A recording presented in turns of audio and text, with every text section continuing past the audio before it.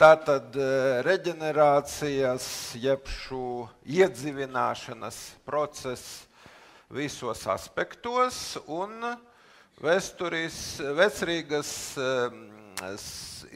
ceļu un laukumu segumu kvalitātes celšanā no Virsmas līdz vēsturiskām dzīlēm. Lūdzu, ir kādi jautājumi? Lūdzu, Holcmanes kundzei mikrofonu. Man ir jautājums Pēča kungam. Jums ir tik konstruktīva priekšlikuma ielu sakārtošanā.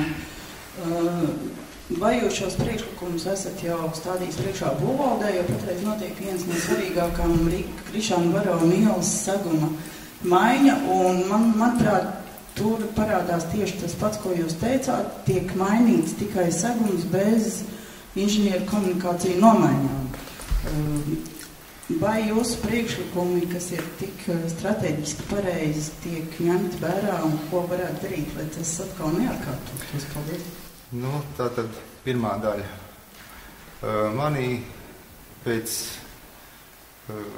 tam, kad es iedevu žurnālā Latvijas arhitektūra informāciju par Rīgas priekšpilsētām, sākotnēji bija par Vecrīgu, būvinženierija bija par vēsturisko centru.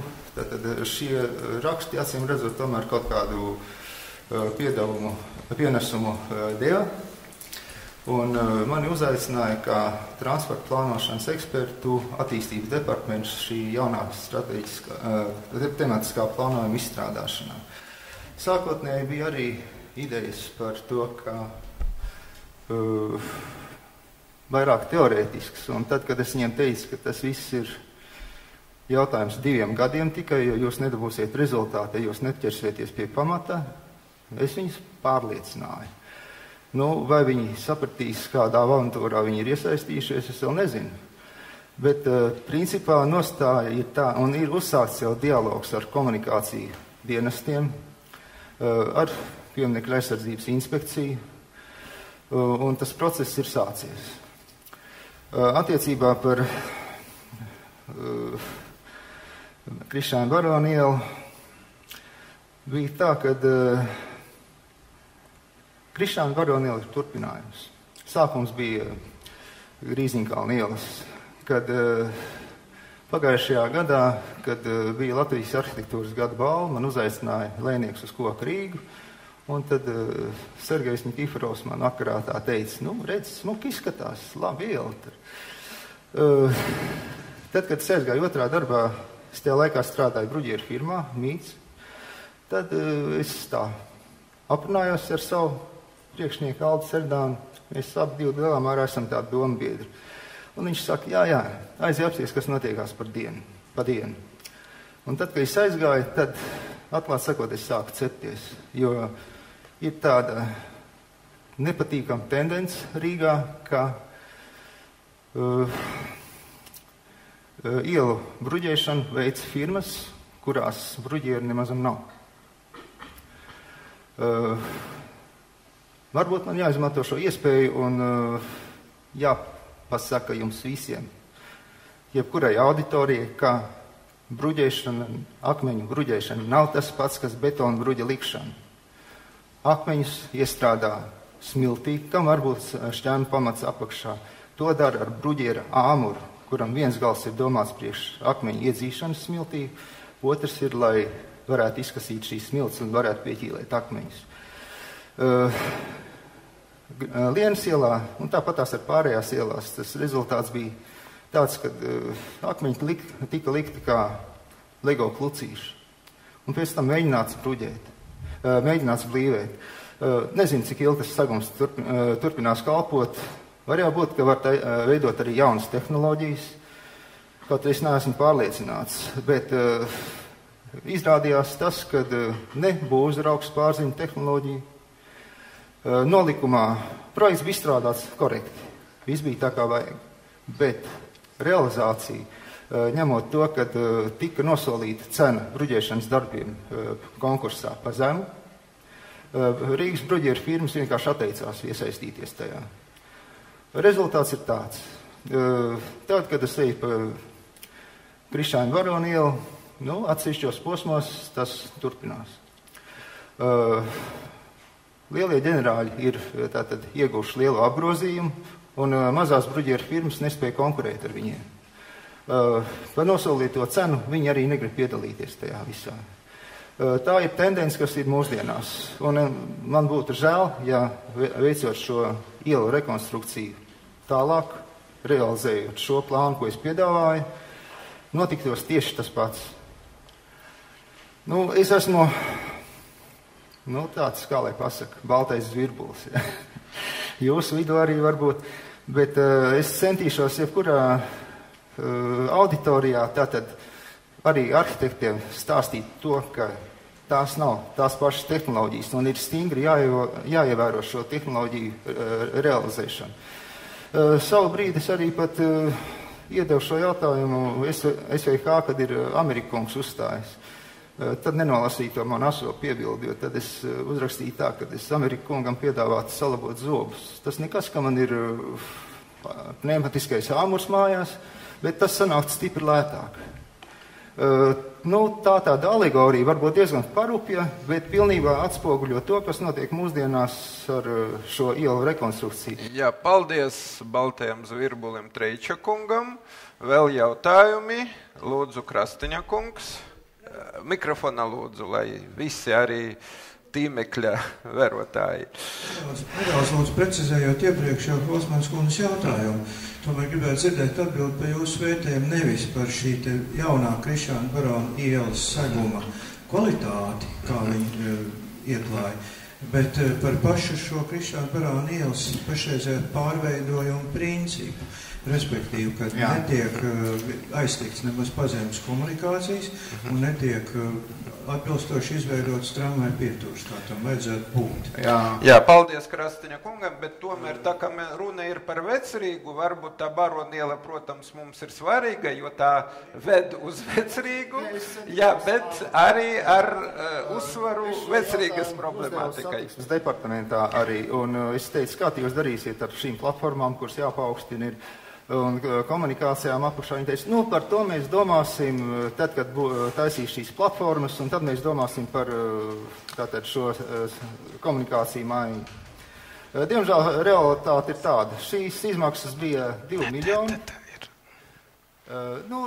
Nevajag teikt, ka pat tukšo, jo būtībā, kad nobriedīs priekš komunikāciju maiņas, tas ir vēl nākošais jautājums. Otra lieta, kad tas neizslēdz veidot šo virzemi arī bez komunikācijām. Ja ir šīs rezerves un ja ir garantija, ka nebūs visu nesabojās tātad šī avārijas lauzuma. Var arī tā darīt, bet tam ir jābūt, es jau gribēju piedāvāt to, ka tam ir jābūt no pareizā gala visam taisītam.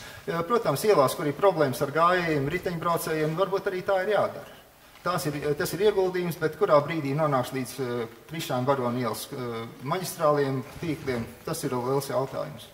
Jā, paldies. Varbūt, no Pučiņa grupas Piesiņa kungu, lūdzu. Piešiņa. Tātad jautājums Sabīnei.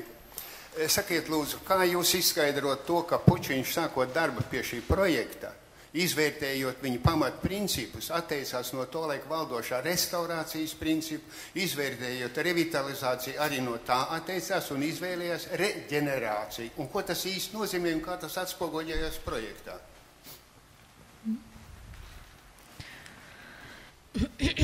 No šī brīža skatu punkta, kā reģenerācija, es domāju, ka tajā mirklī pieņemt arī būtu tā, ka tieši pēc tiem principiem, kādā veidā notika tajā mirklī jebkāda veida atjaunošanas darbi, kas bija uzsākti tādā ne tajā veidā, tad reģenerācija, manuprāt, arī atspoguļo to, ka tas ir atteikties no tiem paņēmieniem, kas tajā mirklī bija aktuāli Rīgā, un sākt tiešām no jauna un atjaunot un atdzīvināt tiešām visu to vērtību kopumu, kas tajā mīt.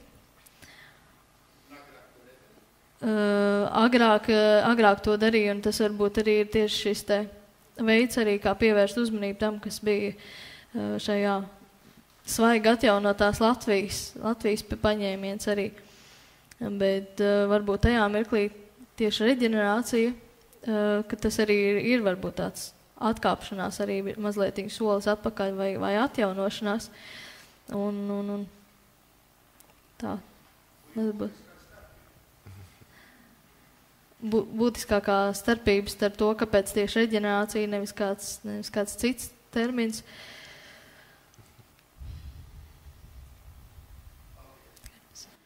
Jā, varbūt vēl jautājumi. Lūdzu. Jā, tikai palūkšu stādīties priekšā. Jā. Labdien, mani sauc Viktorija Priļenska. Man ir jautājums tieši Sabīnei. Jūs runājat par to, ka sociālā transformācija tas ir priekšnosacījums fiziskai transformācijai. Un sociālā transformācija notiek, kā ir jāatjauno cilvēki. Man ir jautājums, kas tas nozīmē atjaunot cilvēkus, ar kādiem paņēmieniem? Vai jūs domājat par to, ka Vecrīga varētu veidot iedzīvotāju kopienu? Kā tas būtu iespējams, ņemot vērā, ka Vecrīgā dzīvo apmēram tikai 5000 cilvēku? Un vēl jūs minējat, ka vajadzētu piemeklēt piemērotus īrniekus un iedzīvotājus. Kā tas vispār saskana ar demokratiskiem principiem, kas pašlaik ir mūsu valstī? Es varbūt uzreiz tad arī sākšu ar to otru pusi. Tas nebija gluži tas, ko es teicu, tas bija tas, ko es citēju no Sigvarda Gravas raksta šajā te jaunās gaidas izdevumā, kur arī viņš vairāk attiecina to piemeklēt īstos īrniekus. Tas ir tas, ka mēs plānojam arī pašu šo te plānojumu. Tas varbūt no vienas puses arī, ka mēs tomēr neparedzam tādu vai tādu izmantošanu konkrētā Vecrīgā, piemēram. Tas būtu no vienas puses, un tas varbūt kādā veidā, tas arī notiek demokrātiski, mēs veidojam tam atbilstošu vidi, ka šajā Vecrīgā tiešām šie lietotāji, izmantotāji un cilvēki, viņi tur ir tieši šīs te piemērotās vidas dēļ, piemēroto apstākļu dēļ nosacījumu, kas pastāv arī iespēju ziņā, šie te nosacījumi, kas pastāv, lai mēs tur varētu dzīvot, jo es pieļauju, ka liela daļa no cilvēkiem, kas tiešām vēlās dzīvot Vecrīgā, šajos apstākļos to nevar izdarīt. Tas būtu gan īres apstākļi, gan arī tāda kopējā valdošā sistēma. Par sociālā transformāciju šeit arī vairāk domāju par to, ka mūsu sabiedrība ir kļūst ļoti neviendabīga un nesaliedēta. Un vairāk vai mazāk, kas ir tas paņēmiens, kas to dara, mēs mainam arī līdzšinējos tieši varbūt pieejas mehānismus, kādā veidā mēs strādājam. Mēs nestrādājam katrs dalīti vai atdalīti, mēs strādājam kopīgi, mēs zinām kopīgus arī principus, ievēram kopīgu vērtību sistēmu. Šī ir tā lieta, kas mums sabiedrībā ir gaisusi. Mēs vienkārši neesam vienots organisms kā sabiedrība, kā tāda. Un mēs esam sadrumstaloti un savā ziņā šajā te rakstā savukārt arī, ko Holcmaņa kungs ir rakstījis, tur arī ir tieši šis te uzsvērts tas, ka sabiedrība ir izkaisīta. Pieņemsim Vecrīgu būvējot, šī bija vācu sabiedrība, kas to būvēja, un iestājoties kara apstākļiem, kad Hitlers visus izsauc vāciešus atpakaļ uz Vāciju, šī sabiedrība pazuda. Tas ir tāds liels rops. Mēs redzam rops fiziskajā vidē, ko kara darbība panāca, bet mēs nepievēršam uzmanību šiem te robiem, ko kara darbība panāk sabiedrībā. Un lūk, šādi apstākļi ir tie, kas to panāk. Arī šobrīd šie cilvēki, kas pamet Latviju, viņi atstāja robus. Un tā ir šī sociālā transformācija, šie te paņēmieni, ka mēs mainam līdzinējo pieeju gan darbam, gan komunikācijai, gan uzvedībai.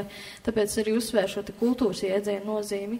Mēs saprotam, mēs pazīstam mūsu kultūru. Rodas reizēm iespējas, ka mēs paši vairs sevi nepazīstam, jo kultūra ietver darbību, uzvedību un komunikāciju.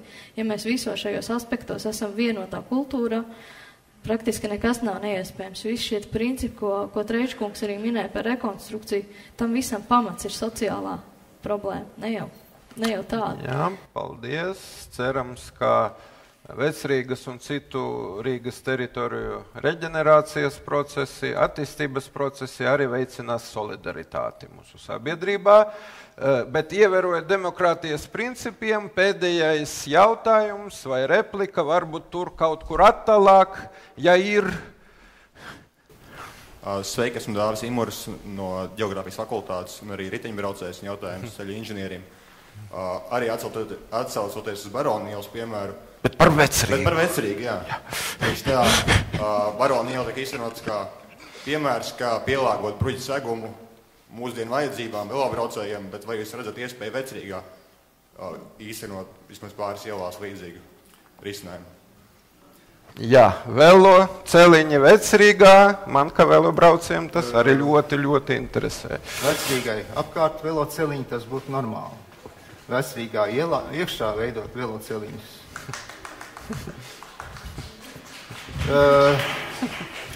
Ir cits jautājums par vidas pieejamību. Tas ir jau savādāk, lai gan invalīdi ar ratiņiem vai mammas ar bērnu ratiņiem varētu tikt ērtāk pa šīm bruģētajām ielām.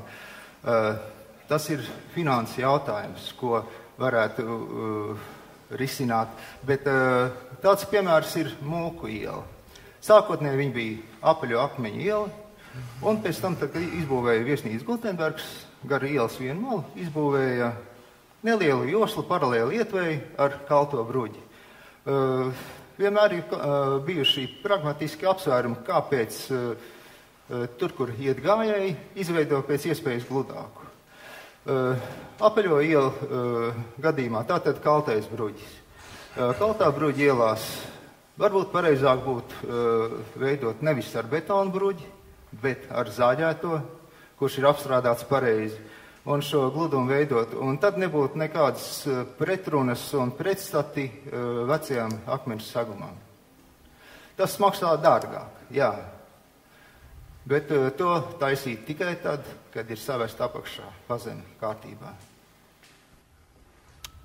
Varbūt Zaģeres kundze, reģenerācija un velobraucēji, vai tas lietas ir savienojamās?